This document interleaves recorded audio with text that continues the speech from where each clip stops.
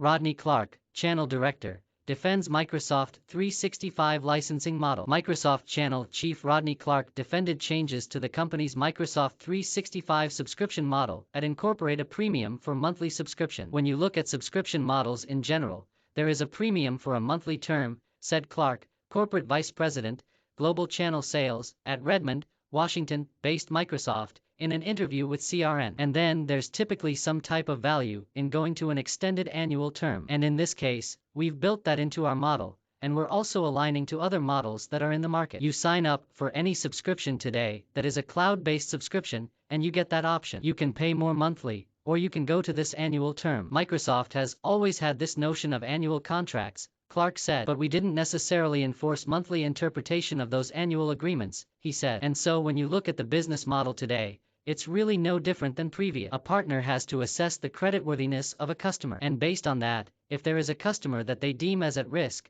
then there is a monthly option for that and they can go month to month. Clark's comments come amid complaints from some MSPs and other solution providers who are concerned that customers will have to pay more for month-to-month subscriptions, and the changes become effective in March. The monthly premium is on top of a previously announced overall price increase for Microsoft 365 planned for March 1st. An online petition launched last fall by Jacksonville, Florida-based Microsoft partner Axiom, for example, urges Microsoft to reconsider a 20% fee on monthly Microsoft 365 subscriptions that's expected to take effect in March 2022, with the petition garnering more than 1,909 signatures so far. The changes to the Microsoft 365 licensing model come as the software behemoth rolled out a new streamlined unified purchasing platform dubbed New Commerce Experience. Microsoft is providing more choice and flexibility with NCE, whether partners choose the monthly Microsoft 365 licensing path or the annual subscription model for their customers,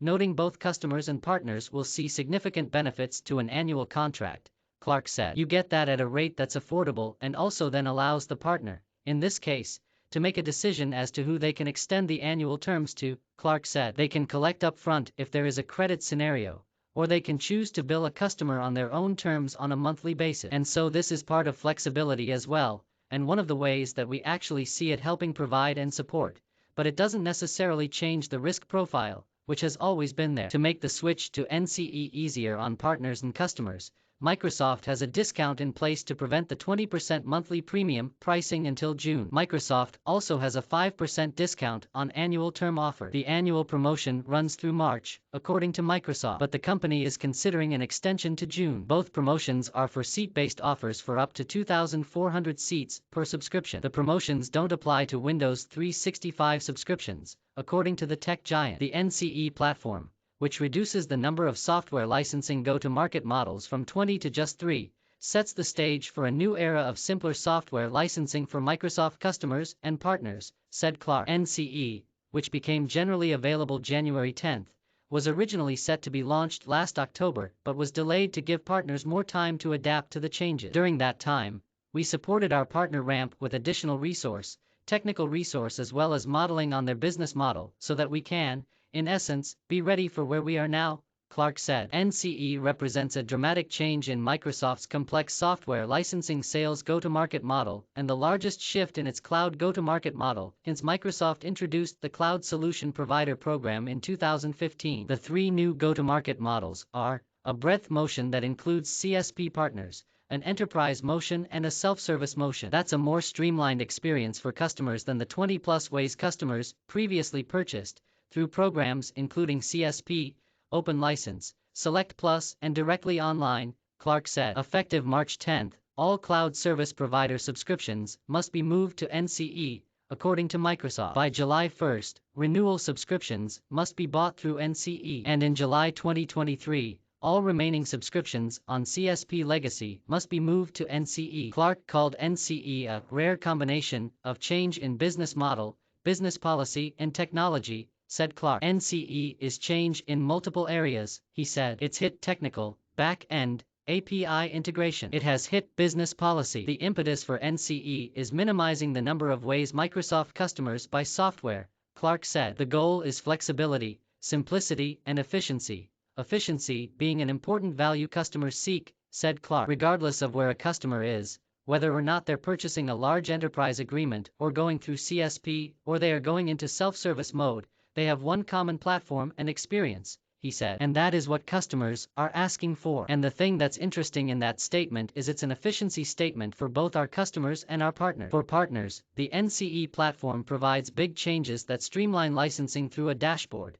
including the ability to schedule seat counts and log automatic term renewals, Clark said. Allowing a partner to schedule seat counts, to do SKU conversions, to manage subscriptions automatically and assign seats automatically through a dashboard is hugely efficient for our partners, he said. Ultimately, NCE validates the CSP go-to-market sales motion, Clark said. As partners want to engage and extend through CSP, ultimately, now we've made and created this flexibility in new commerce, he said. New commerce is a great example of where we're always looking to make sure that we're providing the best level of support, the most flexibility, and the best value, most importantly, for customers. Even with the new benefits, parts of NCE still have partners upset. Bobby Guerra, CEO of Jacksonville, Florida-based Microsoft partner Axiom, said the heavy investment into changing his business for NCE has him looking at Google as a potential additional vendor partner. This has been eye-opening to me that we really need to be able to switch it, because if we are so locked in as a business with Microsoft, and they pull a 180 on us, and they've already done it to some extent, in my opinion, and it is truly detrimental to our business, we are screwed and we have no way of moving our clients into an area that's in their best interest, Guerra said. It's not made us decide we want to switch from Microsoft, but it has opened us to the possibility that we do not need to solely depend on them. And because of that, we have been expanding our horizon. And I would say that's probably one of the biggest end results of this, is it has opened our eyes to other possibilities. The additional fee for monthly contracts, and apparent encouragement for customers to sign annual contracts, is almost anti-cloud, said Zach Paulson, CEO of TrueIT, a Fargo, ND-based Microsoft partner and member of CRN's 2021 MSP 500. The reason we have the cloud is to be flexible, and we're taking the flexibility out, and I don't like that, he said. The entire managed service model has evolved to a point where one of our selling points for just about every single managed service company on the planet is flexibility, Paulson said. That's essentially the selling point. You may have to sign a one-year contract to be part of something, but very few managed service providers hold the dissatisfied customer under contract. And I feel like one of the things NCE is pushing us toward is that,